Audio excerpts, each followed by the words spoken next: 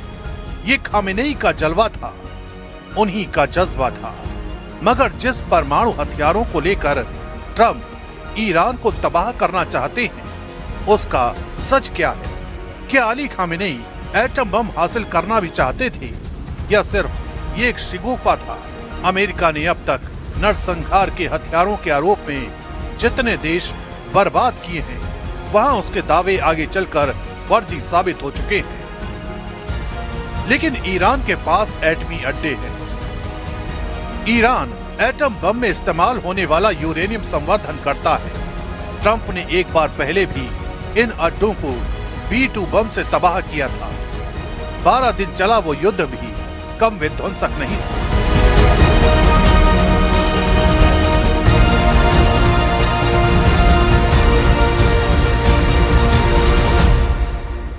Iran दावा करता है कि उसके सुप्रीम लीडर परमाणु हथियारों के सख्त खिलाफ है।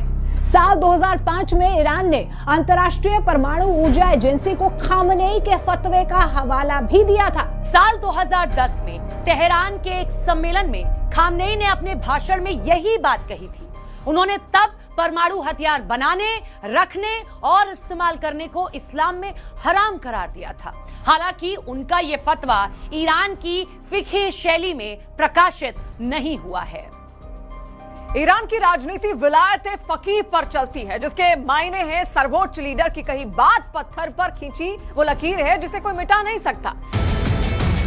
ईरान का तेल, ईरान का सामरिक महत्व, ईरान की अमेरिका के दुश्मनों से दोस्ती, वजह तो कई हैं, लेकिन असल झगड़ा अहम के टकराव का है, मजहबी टकराव का है, जिसका इतिहास ईरान के कजार वंश के तख्ता पलट से शुरू होता है।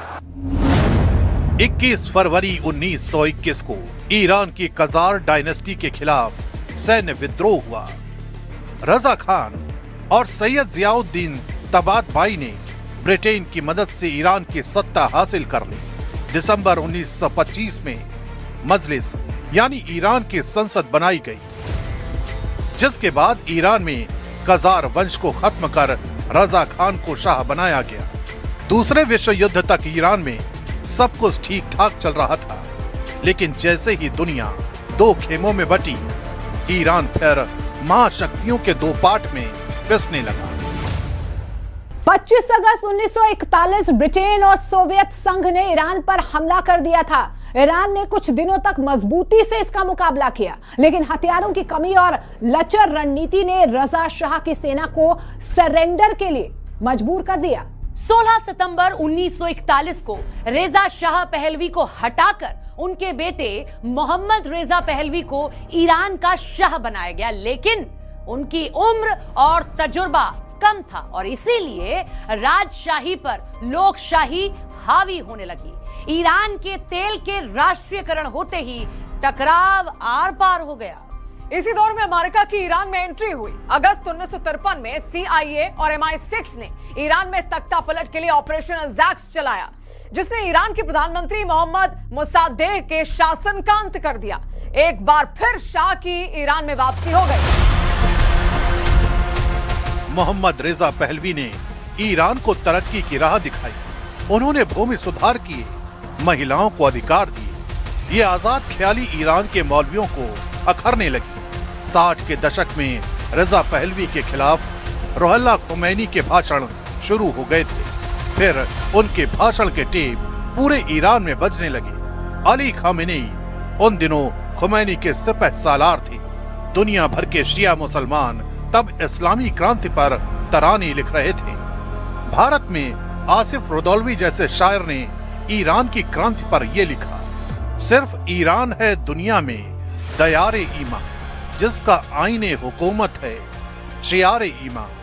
थे खुमैनी जो बचा वादे खिजा से, वरना रहता ईरान भी महरूम बहारे ईमा। इस्लामी क्रांति का नारों और तरानों से विस्तार होने लगा, जिसके साथ अली खामेनेई रेजा पहलवी को सबसे ज्यादा अखरने लगे। अली खामेनेई से शाह मोहम्मद रेजा पहलवी इतने खफा थे कि उन्हें 6 बार जेल में बंद कराया। वहीं रुहुल्लाह खुमैनी को ईरान से बाहर तुर्की, इराक और फ्रांस में निर्वासन तक झेलना पड़ा। इस संघर्ष में 2 दशक गुजर गए, लेकिन खुमैनी और अली खामेनेई डटे रहे। फिर आया 8 सितंबर 1978 का दिन, जिसे ईरान में ब्लैक फ्राइडे कहा जाता है। उस दिन तेहरान में गोलियां चली। प्रदर्शनकारियों को शाह की सेना ने गोलियों से भून डाला, जिसके बाद पूरे ईरान में शाह विरोधी आंदोलन भड़क उठा। रेजा शाह ने सत्ता बचाने के लिए मार्शल लॉ लगाया, लेकिन जन आक्रोश पर काबू नहीं पा सके। आखिरकार 16 जनवरी 1979 को उन्हें क्रांतिकारियों से जान बचाकर अमेरिका भागना पड़ा। कुछ दिन के बाद 1 फरवरी 1979 को रुहुल्लाह खामेनेई की तेहरान वापसी हुई। इसके बाद बनी ईरान की क्रांतिकारी परिषद, जिसके सबसे अहम सदस्य अली खामेनेई बने। रेजा शाह को शरण देने वाले अमेरिका के खिलाफ अली खामेनेई ने पहला बड़ा एक्शन 4 नवंबर 1979 को लिया, जब क्रांतिकारियों ने तेहरान में अमेरिकी दूतावास को बंधक बना लिया। ये बंधक संकट ईरान अमेरिका के दुश्मनी का सबसे अहम पड़ाव है। कुल 52 अमेरिकी नागरिकों को 444 दिनों तक ईरान में बंधक बनाकर रखा गया। बंधकों की रिहाई के लिए अली खामेनेई ने अमेरिका को नाक रगड़ने पर मजबूर कर दिया था।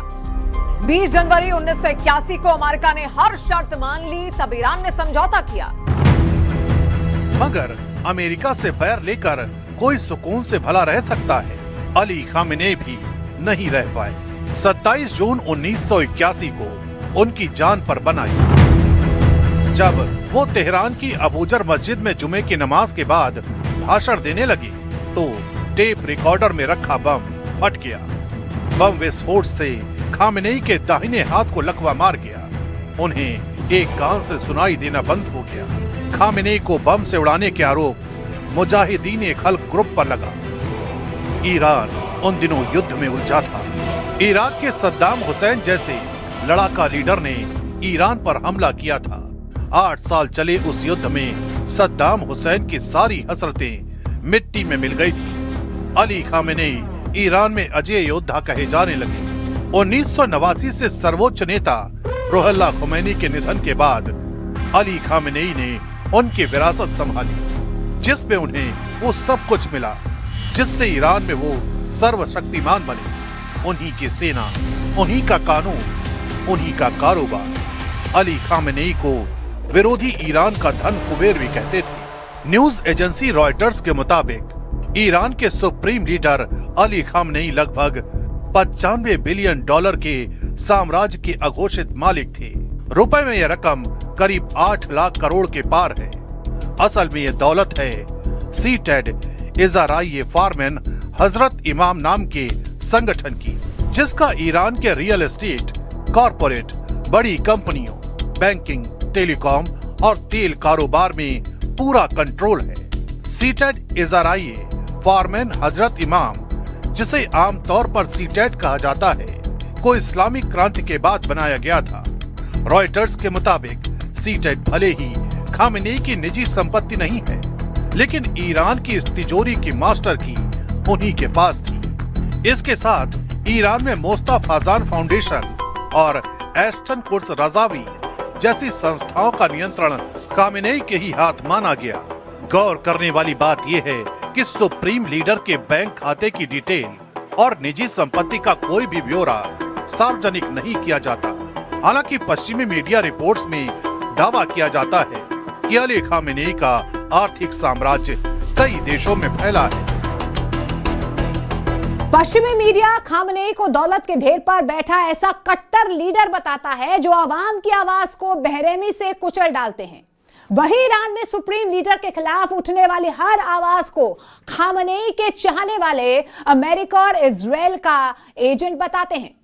जनवरी 2026 को ईरान में भड़के हिंसक प्रदर्शन के आरोप भी अमेरिका और इजराइल के खुफिया एजेंटों पर ही लगे, जिसके बाद भड़के ट्रंप ने ईरान में एक भी प्रदर्शनकारी की मौत के बदले युद्ध की धमकी देनी शुरू कर दी थी। इतिहास गवाह है, ईरान और अमेरिका की ये जंग सिर्फ हथियारों की नहीं, अहंकार और विचारधारा की टक्कर है। 47 साल पहले जिस क्रांति ने शाह को गिराया था, आज वही विरासत तीसरे महायुद्ध की दहलीज पर खड़ी है। अली खामेनेई का अध्याय भले खत्म हो गया हो, लेकिन उनकी सोच, उनका संघर्ष और उनका टकराव जिंदा है। सवाल यही है, क्या ये आग यहीं थमेगी या दुनिया एक वैश्विक तबाही देखने जा रही है?